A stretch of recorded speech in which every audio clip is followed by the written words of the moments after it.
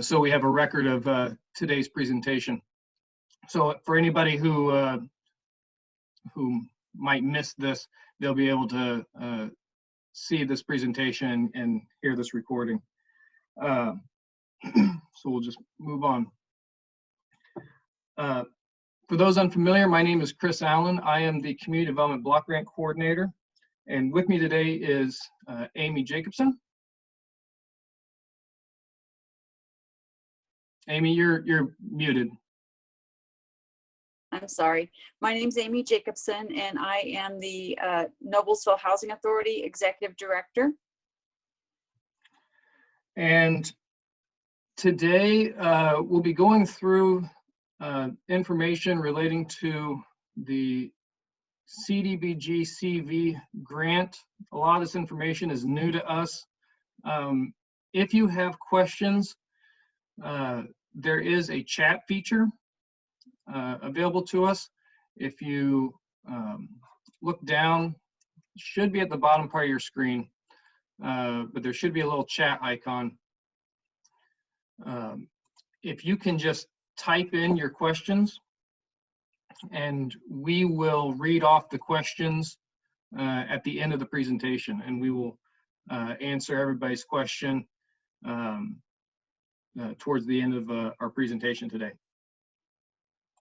Chris, could we do I think I can do it. I think I can see everyone from my, sorry, we realized we couldn't both use our computers with the Zoom. Oh, so yes. I'm on my phone and Chris is on laptop, but I'd like to do quick introductions of everyone that's here. So I'll just, as I see see your faces, I'll just read your name, and then if you could just say your name and which agency you're from.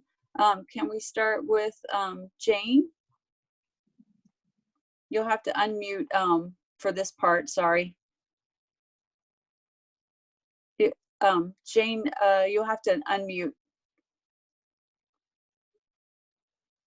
There we go. Okay, I'm Jane Newblum. I'm Secretary for Sheridan Youth Assistance Program. Thank you. And Beth?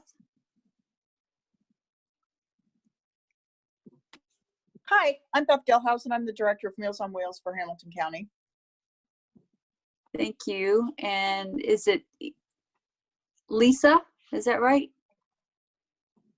Lisa, Yes. with the Sheridan Youth Assistance Program. I'm the Early Intervention Advocate. Okay, great. Thank you. And how about Keith? Hi, everyone. Keith Carlson with the Grace Care Center and the GCC Foundation. Thank you. And Melissa? Melissa Yarger, Early Intervention Advocate with Carmel Youth Assistance Program. Thank you. And Danielle?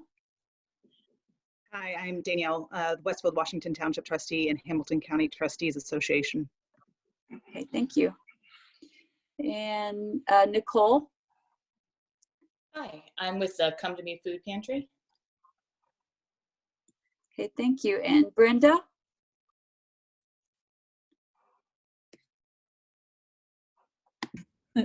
I'm with Hamilton County Tourism and Hamilton County Economic Development Corporation.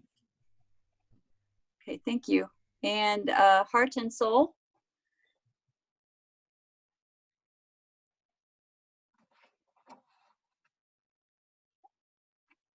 Oh, you just muted you're yourself. muted now.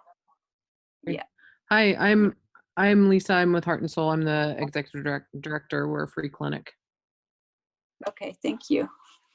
And how about Lauren? Oh, we can't hear you, Lauren.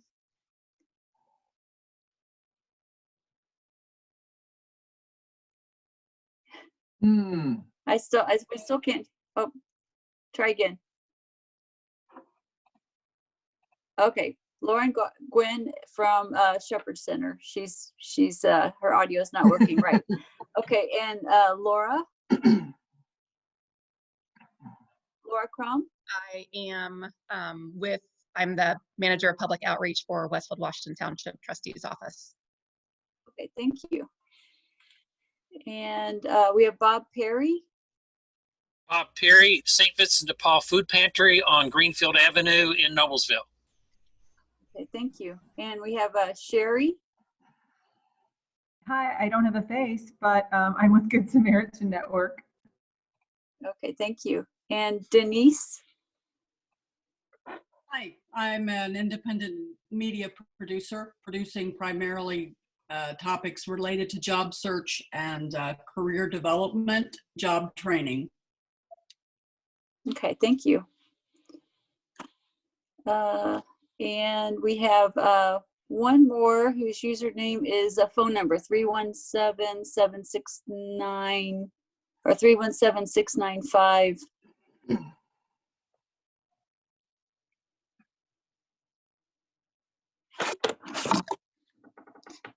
Sorry, I can't read very. I'm sorry? That might be me. This is Cindy Stoljeric. I'm a Westfield City Councilor. Okay, great. Thank you. And we have Janet. Yes, good morning. Good morning. Go ahead and state your name and where you're from. This is Janet Guffin with Hamilton County Harvest Food Bank. Meals for thank you. Kids. Are there any others that I've missed? If not, then go ahead and continue with the presentation, Chris. Okay. So we're all here to learn about and discuss the CARES Act, CDBG CV funding. This all comes from, obviously, the CARES Act that was passed on March 27th. And that act included funding for Community Development Block Grant. Obviously, it's being referred to as CDBG CV for coronavirus. We're not going to be discussing any other funding or any other programs today. The purpose of this program and of this funding is to prevent, to prepare for, and to respond to the coronavirus. Hamilton County will be receiving $637,715 as part of this program. Activities that can be funded with these funds must be new or quantifiably increases in public services. That is to say that if you are to apply for these funds, it's got to be something completely new, or it's got to be obviously an increase in what you already are doing. Other eligible activities, it must address a specific need that's been created by COVID-19. And it must serve Hamilton County residents with low and moderate income specifically impacted by the COVID-19 pandemic.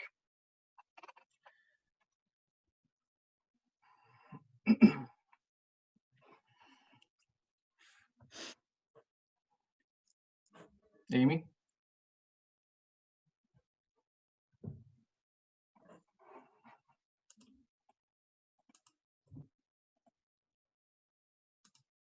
Amy, you're muted. I'm so sorry. We conducted a very successful survey with over 1,100 responses to help us determine what the community priorities are for these special COVID-19 directed funding. And we also got input from the county commissioners for the funding, and the two priority activities that were decided upon for this round of the CDBG CV funding. By the way, we're hoping and kind of expecting to get additional funds later on, but we don't know any details about that. But for this round of the CDBG CV funds, the two categories are that you see before you and that you've seen in the NOFA and the application. The two categories are food / household goods assistance. The services must provide an increase in emergency and supplemental food, household goods, boxes, or meals for distribution. If possible, they should be tailored to the unique needs of the household members whenever possible. They could include emergency food, household goods for seniors or for low-income students, or additional relief that clients may need that qualify as eligible expenses. The applicants for this category must have experience working with low and moderate income individuals, experience in safe food handling, experience in food and household goods acquisition and distribution, and the ability to adapt quickly to changing demands. So that's for that category. And the second category is rent and utility assistance. And the services must provide an increased level of rent and utility assistance to be distributed to Hamilton County residents for the immediate crisis. For CDBG funds, the funds can be distributed more than once, but they cannot exceed 3 months per CDBG eligible recipient households. And the applicants must have experience working with low and moderate income individuals, and also experience delivering financial assistance and ability to connect the recipients to supportive services such as case management, financial planning, coaching, special needs housing resources, etc. So that is that. We also, you'll notice on the application, there is an other category. We've identified these two as the priorities, but we knew that there might be something else that would come up between the time we put the application out and when they're due that we haven't even thought of. So there, could be another priority that we weren't aware of, and so we just wanted to leave some flexibility for other types of activities. But these are the two that have already been established as the priorities. Thank you, Amy. So eligibility requirements for this application. An applicant must be a 501c3 nonprofit or a governmental organization or agency. We'll need to see a previous fiscal year audit or financial statements. An agency or an organization will have to have an active registration in SAM, which is the U.S. General Services Administration's system of award management. You'll need to meet a CDBG national objective, which on the application, if you check for food or household goods or for rent utility assistance, you will be meeting a national objective with one of those two. And then because we are having to move very quickly with these funds, both in reviewing the applications, making recommendations to the county commissioners, distributing these funds, and needing to release these funds very quickly, we're going to be looking very closely at what organizations have prior experience with CDBG.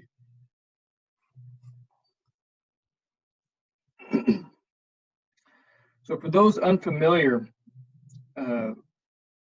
with CDBG, we just want you all to understand that CDBG is a very highly regulated grant program.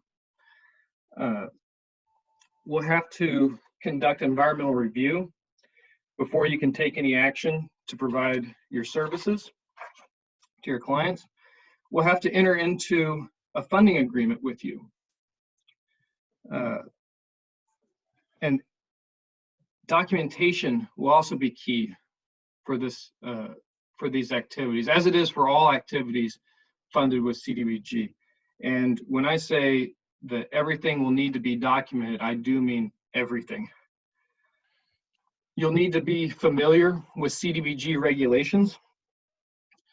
As I mentioned previously, and you'll need to meet a national objective.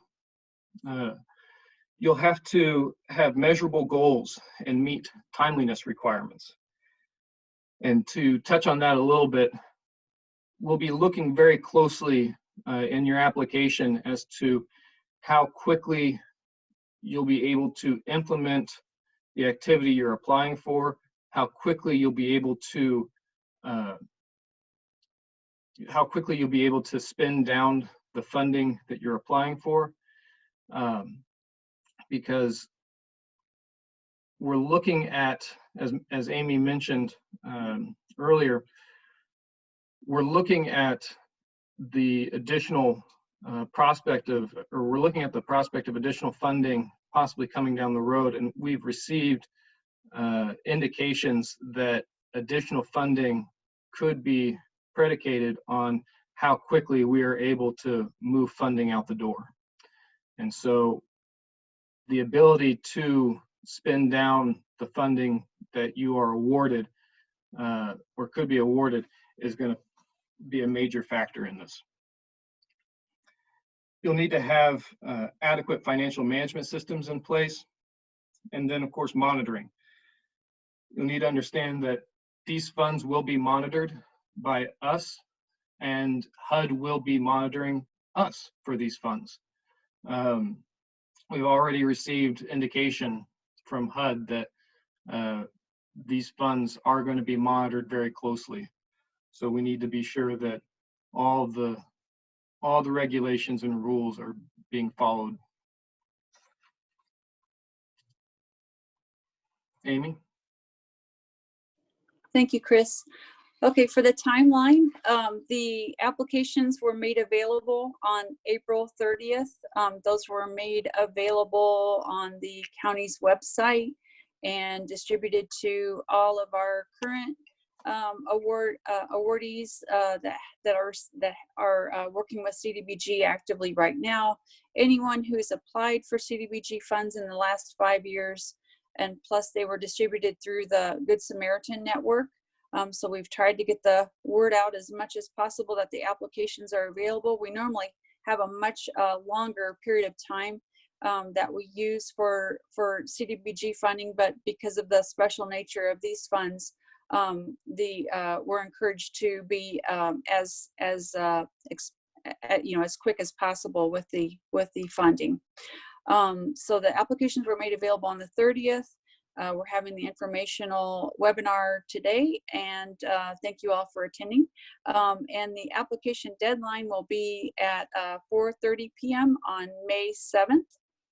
And the applicants will be notified of the awards, whether they receive the award or not, on May 12th. So we'll be notifying all the applicants, and we will also be making that information available on the county's website.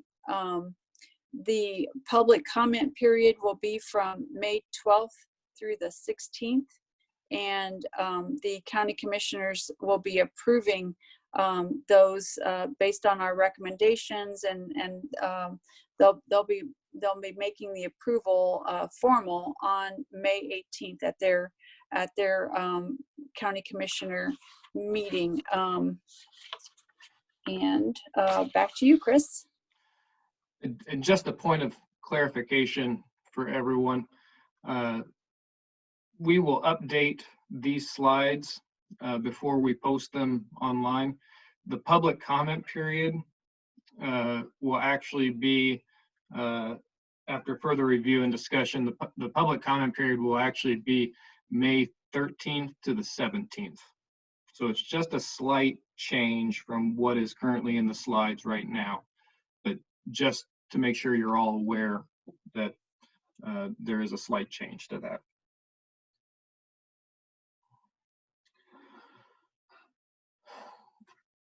So this is how the applications will be scored. We will get to the format of the applications in just a moment, but just to give you an idea, the applications are going to be scored in the following way. We're going to be looking at the objectives and methodology, outcomes, organizational experience, budget, and performance, for a total of 140 points. These applications are going to be reviewed in-house because of the extremely short nature of the turnaround between applications being submitted on Thursday afternoon, and then needing to make recommendations very, very quickly on the following Monday. We expect quite a number of applications to be submitted.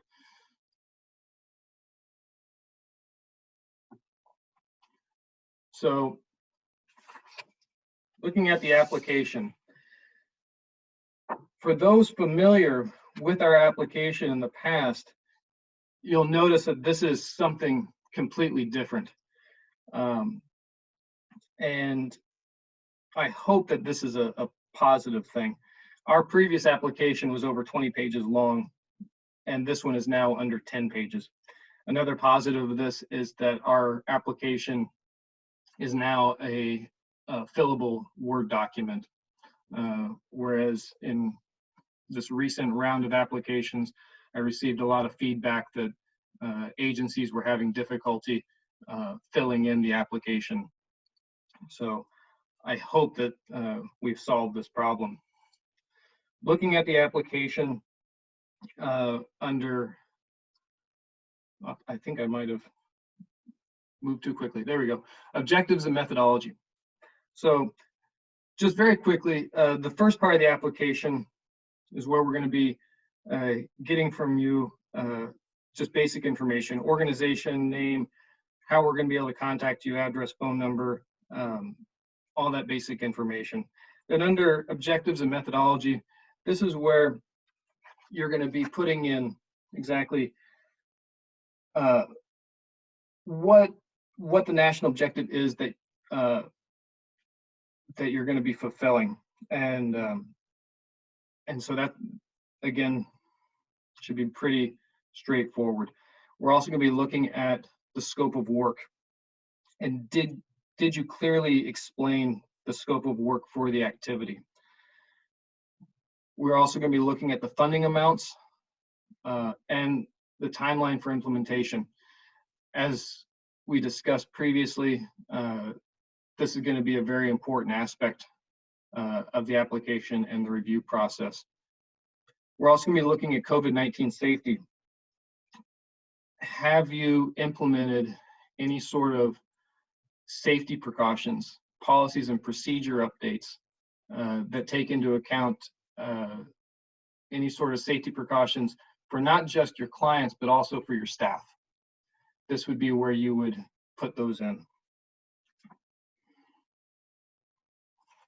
And then for outcomes, this is where you're going to be listing the desired outcomes for your activity. The units of service, this kind of gets a little confusing sometimes. So for units of service, that could mean a number of different things.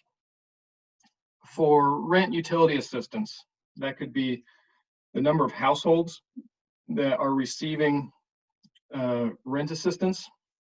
And keep in mind that this would be unduplicated number of households, number of Hamilton County households receiving rent or utility assistance through your program.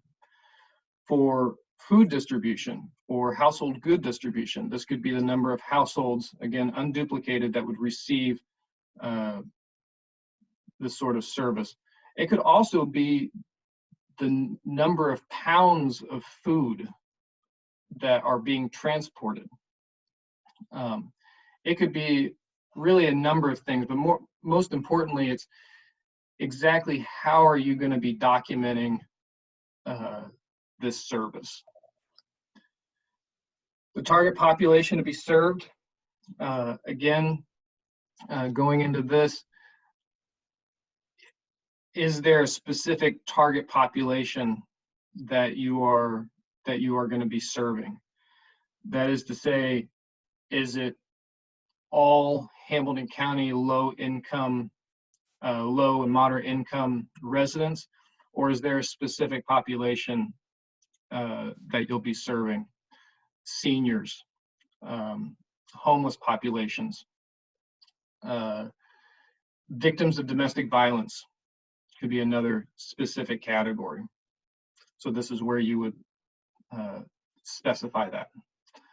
And then again, unduplicated Hamilton County residents and households. This is very, very particular, as I've mentioned just a moment ago. Amy? Okay, thank you. So organizational experience is part of the scoring criteria. We're going to be looking at the agency's mission and experience.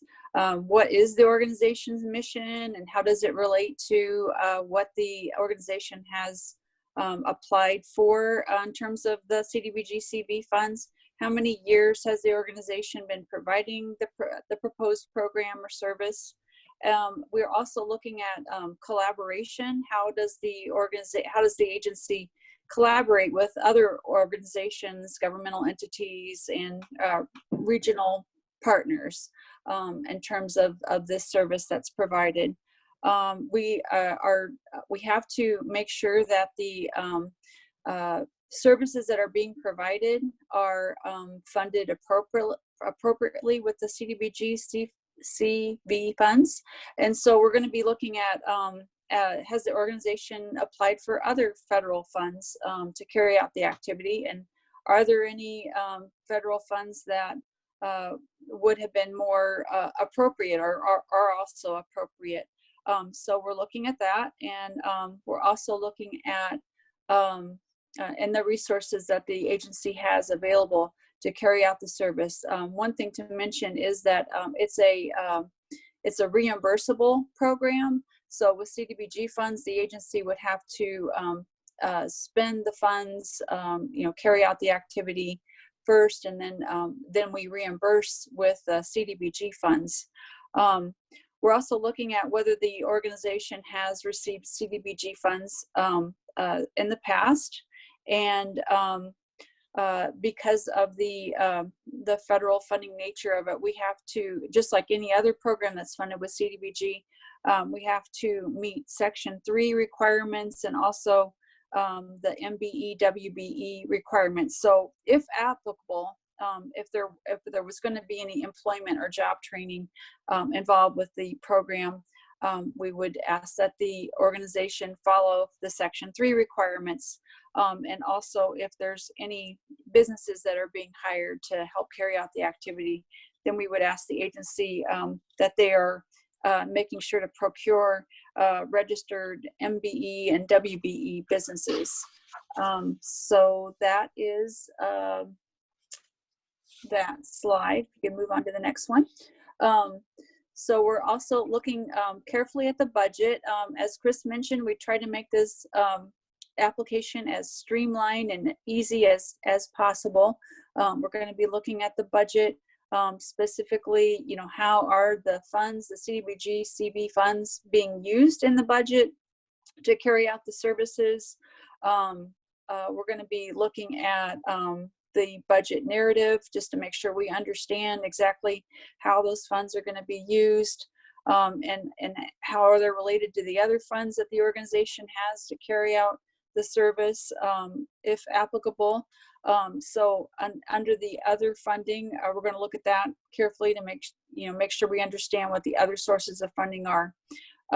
There is the ability to charge back for services that are provided back to March 1st, 2020, as long as there is NHA approval. And what we're looking at is we have to make sure that the service that's provided is tied to the COVID-19 pandemic. So there was a little confusion about how far we can go back, but we're confident we can go back as far as March 1st, just as long as it's very clear that those services provided are tied to the COVID-19 pandemic.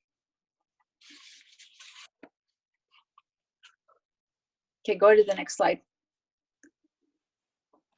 Okay, and then now it's time to take questions. I was going to look and see if there was any questions that were typed in the chat first. Wait, somebody just typed something, I think. Okay, there's a question. What does public comment mean? So for public comments, we'll be taking written comments, just any input in regards to the funding distribution, the agencies that we're funding, the activities that we're funding, any kind of public comment. We would be taking that, and that would be incorporated in our process. So we would be answering any questions and including the public comment as part of the process that we would make available to both the county commissioners and also to HUD. Did you want to add anything to that, Chris? To that question? No. Well, basically the funding recommendation, well, let me go back a little bit. Part of this process will involve amending our program year 19 action plan. And we will be posting those amendments up on the county website along with the commissioners' funding recommendations, and that will be part of the public comment period. And so any public comments received during that period will be incorporated into the plan and then submitted to HUD. I think that covers it. The next question is, in the regular CDBG monitoring and documentation, some presumed populations do not have to complete the full income verification process if they qualify based on special population requirements like age. You mentioned that they have to be low to moderate income for this grant. So is income verification required for each person served, even if you are serving a special population like seniors? Go ahead, Chris. Yeah. So all of the normal CDBG regulations that apply for our regular grant funding apply for CDBG CV funding. So if you are receiving funding for a program serving seniors and you have policies in place for that program, then they would you could apply the same policies to CDBG CV. The same regulations apply for CDBG CV. Next question is, if we have performed approved services back in March, are you saying that we can put in for reimbursement through this new grant? I'll go ahead and answer that. That question, that's correct, as long as there are not, that we just need to carefully look at the budget and make sure you're not just replacing funds that you have budgeted already for those services, that there needs to be like a gap, but yes, those expenses, there have been agencies that have gone ahead and purchased supplies and services and provided services beyond their budget. But we'll just we can work with you carefully just to make sure that we're in compliance, you're in compliance and everything. So yeah, back to March 1st, as long as it can be justified that it is COVID-19 related and that there wasn't another source of funds already committed to that. So documenting need for the funds for that. The next question is, can funds be used for residents inside the town of Sheridan or only outside of town limits? Great question. Because the town of Sheridan has opted out of the Hamilton County, Urban County CDBG jurisdiction, we cannot serve with CDBG funds. We can't count the residents of the town of Sheridan, Cicero, Atlanta, or Arcadia. Your program can certainly serve them, but we can't count them as beneficiaries for the CDBG CV program. I would add that when clients submit their documentation, their income documentation information, and the address says Sheridan, to double check it, to Google the address, because there's still the possibility that somebody will live just outside the town of Sheridan or Arcadia or Cicero or whatever it might be. They live just outside the town limits, but they still have a Sheridan address. And so for that situation, that family can still be served with CDBG funding. Next question. You use the American Community Survey Guidelines for the low to moderate income definition of population served. We have an income limit chart that we'll provide. So it is based on that, but the income limits are provided by HUD. So we have to follow the HUD chart. So it's based on household size and up to 80% of the area median income. Next question is there any specific administrative cost or operational cost cap or percentage for this grant? Chris, I'll go ahead and allow you to answer that one. It's going to be the same cost cap as our regular CDBG grant. I'll be honest with you, I can't remember what the specific cap is, whether it's like 10% or 20%. I will look that up though in the regulations and get you an answer. And we can send an email out to answer that question for everyone. As long as Chris has your email. I'm assuming that you all registered. If not, then yeah, email Chris. It's at nha.cdbg@gmail.com.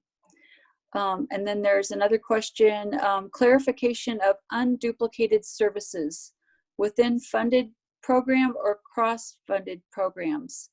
So I can answer that. What it means is there will be beneficiary reports that go along to be reimbursed for the costs, and we're going to need to know. Oh, unduplicated services. I thought you meant the unduplicated persons or households would mean that you could only count them one time. You might be serving them more than once, but we need the unduplicated count. On unduplicated services, I'm Amy, not sure. that's me, and that's fine. I really meant, that unique individual. So you answered the question. Thank you. Okay, great. Thank you. Are there any other questions? I do want to address one question that's actually come up a few times that I've noticed. There's a little confusion within the notice of funding about the food assistance and rental assistance and being able to provide that for a maximum of 3 consecutive months. HUD regulations stipulate that you can't provide I'm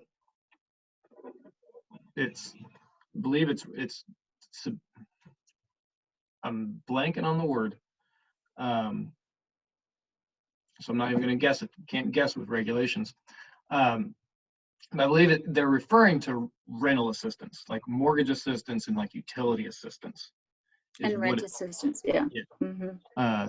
That it can't go for, you can't provide more than 3 consecutive months. There's no limit on food assistance though. It's just specifically the rent and utility assistance. And one other clarification on that too is any rent or utility assistance has to be provided directly to the either the utility company or the landlord. Yes.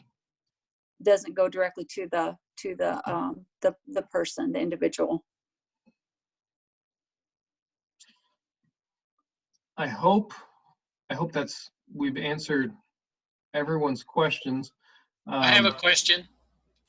Chris, this is Bob Perry, St. Vincent de Paul Food Pantry. Yes, sir. Back third week of March, we closed our thrift store and our food pantry, and we started a drive-through operation for food. Obviously the numbers are starting to go up because of the unemployed. We do not, since that time, we keep good track of our clients in our computer system, but since we start the drive-through, we do not do that. Will we need to provide names of the COVID-19 clients who are coming through now? Yeah. To be a recipient of these funds, you would need to keep track of your clients. You need to have income verification. You would need to be able to track your clients. Okay, thanks.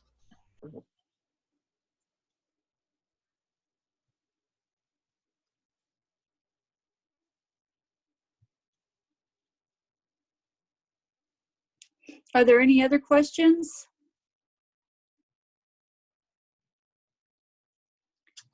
I have one more question.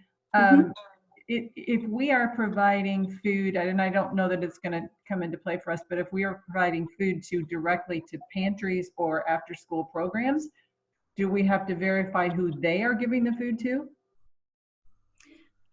For a food bank type situation, our understanding is that there would need to be some record keeping of how many individuals are served, but there is a like an assumed category for food pantries. So we need some record, but we don't have to have the detailed income verification for each family in a food bank sort of scenario. Do you want to add to that, Chris?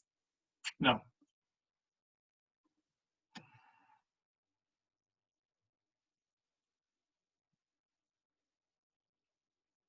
So food banks would assume food banks are providing food to food pantries that are serving low-income individuals. It's a little bit different than a food pantry.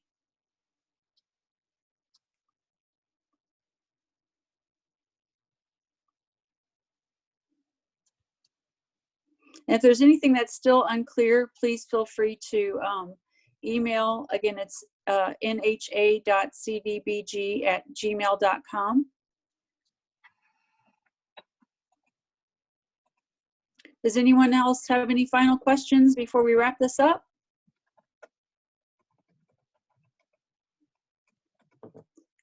If not, we would like to, Chris and I would like to thank you very much for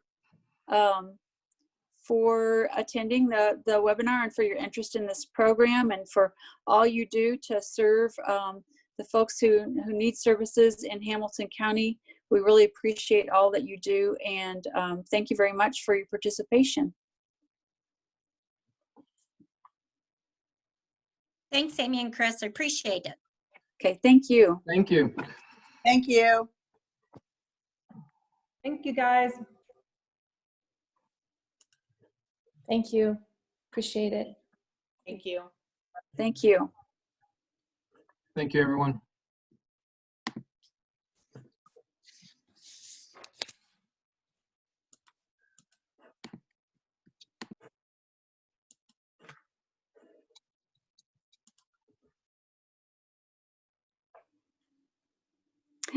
And now there were two.